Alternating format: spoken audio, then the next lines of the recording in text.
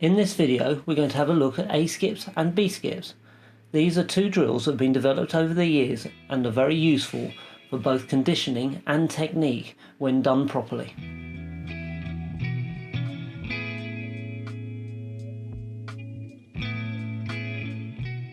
Developed many years ago as a conditioning drill, the A and B skip have fundamental uses both in terms of developing our technique and in improving our conditioning.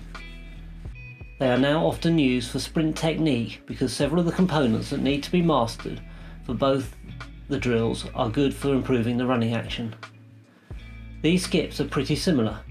The primary difference between the A skip and the B skip involves the B skip's extension of the leg out in front of the knee once the maximum height of the knee has been reached.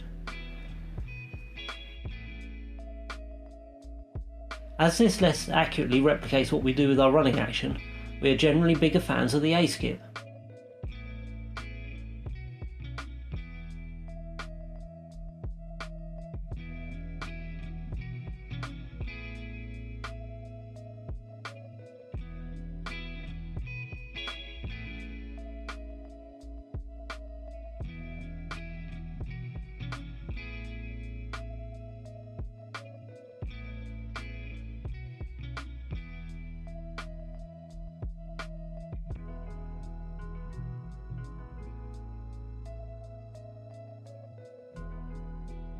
However, the B skip can be useful in teaching us to engage our hamstrings for landing and also as a conditioning exercise.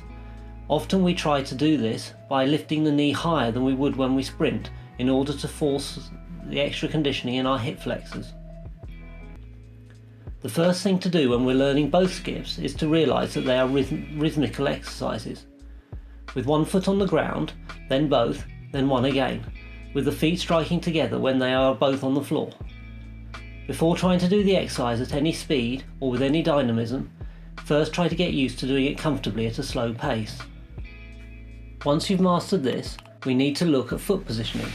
As we discuss regularly in our videos, our dorsiflex foot, that is where the ankle is cocked and essentially keeps the foot roughly parallel with the floor when the knee is both at its highest level and also just before foot strike, enables short ground contact time, which is vital in this drill, and efficient working of the hamstring muscle.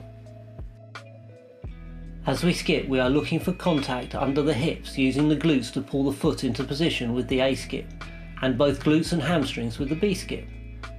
As we progress, try to make the contact time on the ground shorter and drive the knee up quicker, all while maintaining a good upright body position and not jumping excessively in the air on each phase. As I mentioned earlier, we prefer the A skip as a drill, but using both in a warm-up, as a concentrated drill or as a conditioning exercise can be very useful. As with other drills, it can be really useful to transfer from the drill into a full running action, where we concentrate on the elements of the drill that are required in the running action to ensure we are getting the skill transference from one to the other. Now you've learned how to do A skips and B skips, there are many other drills that you'll find really useful for improving your conditioning and your technique. Have a look at some of the ones we've got on offer here.